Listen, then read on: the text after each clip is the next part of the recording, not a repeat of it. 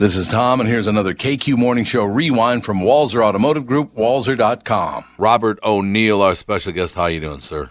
Good morning, Tom. How are you? Marvelous. Good to hear. Now that you're here. Oh, I'm so excited to hear from this man. Wow. Robert O'Neill, Navy SEAL who killed Osama bin Laden, his new memoir, The Operator, Firing the Shots That Killed Osama bin Laden in My Years as a SEAL Team Warrior. You grew up in Butte, Montana. He was a standout high school basketball player who liked to hunt. He was a good runner, but he didn't know how to swim. How do you go from not knowing how to swim to being a Navy SEAL? That must have been one heck. A lot of it was luck. I went to a pool to figure it out, and I had 5 months before I left, between the time I signed to the time that I left for a Navy boot camp in Great Lakes. And I ran into a friend of mine, Mike Driscoll from Butte, Montana, who actually went on to swim at Notre Dame. And he said, hey, don't get me wrong, it's great to see you up here at the pool, but I've never seen you before. Why? And I said, I just joined the Navy. I'm going to be a SEAL. And he said, well, not like that, you're not. Get back in the pool. So he was gracious. He showed me a couple things, and I became proficient enough to pass the test to get in, but that was still the hardest part of SEAL training for me, the long swims. You know, that whole story about killing bin Laden is fascinating to me because there were about 5 different takes on whose idea it was, or how you knew where he was, or this or that. It was this person's thing, and it was that person's thing. But you're the actual person who did it. You're the one who pulled the trigger and killed him. Yeah, I pulled the trigger 3 times on him and killed him. But I'm the first to tell you, it wasn't because of me that we got there, and it wasn't because of me that I got myself there. That was years of fine intelligence work from some of the best, smartest minds in the government, and then obviously the helicopter pilots got us there, and then on the ground itself, it was the other operators that got there, and I was in a position where I could actually watch the entire thing, but not be involved, and just really cool guys doing really cool stuff, and then those guys and our tactics got me to a spot where I turned a corner at the top of the stairs, where I did what any other soldier would have done. I turned a corner. There's bin Laden. He's standing there. He's not surrendering. He's a threat. His hands are on his wife's shoulders, and I took 3 shots like I was trained to do, and it was all surreal. But and there might be different accounts of different stuff and how we got him, whatever. But total team effort on part of the entire coalition, and it was the entire time. It was an honor to be there, and just the pride and the way my guys handled themselves. It was just an incredible night. I want to hear about. So you obviously made eye contact with him just before you took him deep.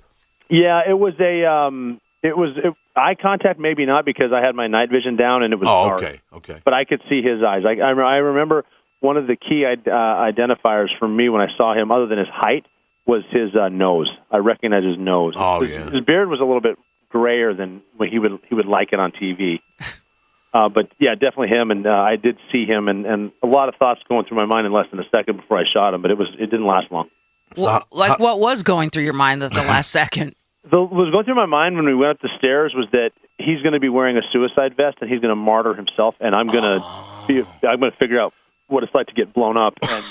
And it wasn't bravery. Honestly, it was. I'm just tired of thinking about it. Let's get it over with. And I followed one guy up the stairs, and the guy that I went up the stairs with, the last set of stairs, there was a curtain leading to a hallway, and he went up the stairs, moved the curtain, saw some people there that turned out to be women, but he assumed they were suicide bombers waiting for us, so he jumped on them and covered them with his body so I could get the shot. He didn't know it was me, but so the guy behind him could get the shot on the boss, and it just turned out. So I watched someone jump on a grenade that just wasn't there. It was incredible. So how do you say "oh no" in Farsi, by the way? Oh, because that must have been what he said, I would think. Oh, yeah. It was, I think they were speaking either Arabic or Urdu, but whatever. Urdu, I just understood the body language. I understood the threat, and I understood that this house is going to blow up. I was actually calling my team because we were supposed to be the rooftop team. We would joke and call ourselves the Martyrs Brigade because we're like, once we land on top of this house, it's blowing up, and we're all going down with it. I mean, that was a realistic thought in your head, right? It was. No, it was a one-way mission. I wrote the letters to my kids. I had a last meal with my kids, even though they weren't aware of what I was doing. And it was just a very serious and focused moment. I wasn't afraid because, that's what we all came to do, and I would much rather have that happen than live my life knowing I could have gone and didn't. You know how great my life is. I get to talk to Robert O'Neill and Chris Kyle on this show. You know what an honor that is. That means a lot. Thank you. I've got a good Chris Kyle story too. Oh man, he was After the something raid, else. there's a lot of emotions that comes with killing the most wanted terrorist in the world, and so this is right when American Sniper, Chris Kyle's book, came out, and he sent me a copy, and I remember looking at it, and my initial reaction was kind of like, why in the world would I want a book signed by a SEAL? And but I opened the book, and it said, "Great shot, Chris Kyle," and I'm like, okay, I'm keeping this for the rest of my life. This is awesome. That would be. He told a wonderful story on this show. The first time he was on, then the second time I talked to him was just a couple of weeks before he died, unfortunately. But he said, I got to tell you this story. You will like this story, I think, Tom. Of course. I said, okay. He says, so I'm playing Call of Duty. I said, yeah, the video game? Yes. He goes, and there's a 6th grade kid, and he's just kicking my ass. And I finally said, I'm the real thing, man. He got all mad at a 6th grade kid. I've seen that before, where like we call them dog and pony shows, where we're showing the public our weapons and our camouflage and our uniforms and stuff, and you'll have a Call of Duty player, 6 years old, come up and start explaining to you stuff about the gun. You know, it's almost to the point where you go, "Look, kid, all I know is the sound it makes when it takes a human life. Leave me alone." Leave me alone.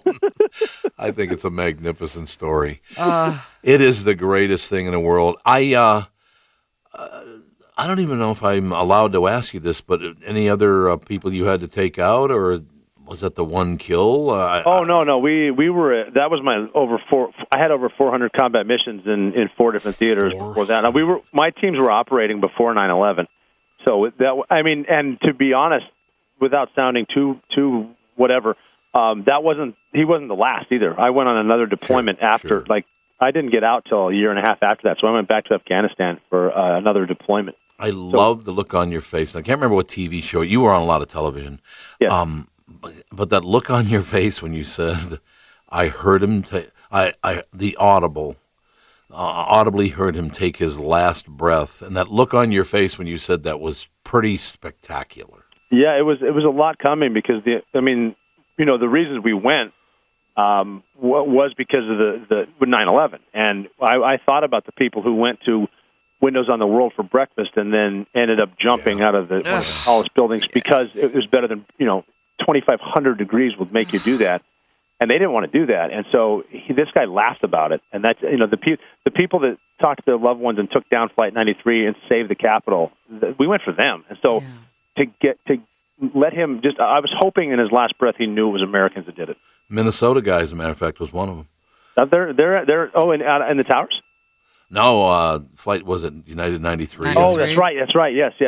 Yeah, absolutely. And that whole situation, looking back now, and we're getting on in the years, aren't we? That's 16 years ago now. It's crazy. A friend of mine's son was killed that day, and unfortunately, they found him in the lobby. He almost got out of the building. Oh man, just terrible. Just a terrible, terrible story. Can I ask a question?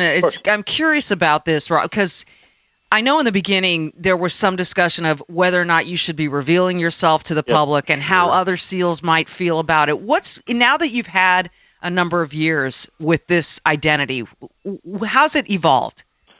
The reason it first started, to keep this story short, was because of the families who had family members who died, and they told me that they would never have closure, but this helps with the healing.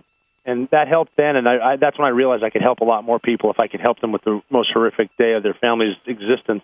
And since then, I've talked to thousands of people who lost loved ones, and it's never the same story, and it's never the same reaction, and it's always worth it. So I'm to the point now, like, if someone has a problem with me, I really don't care.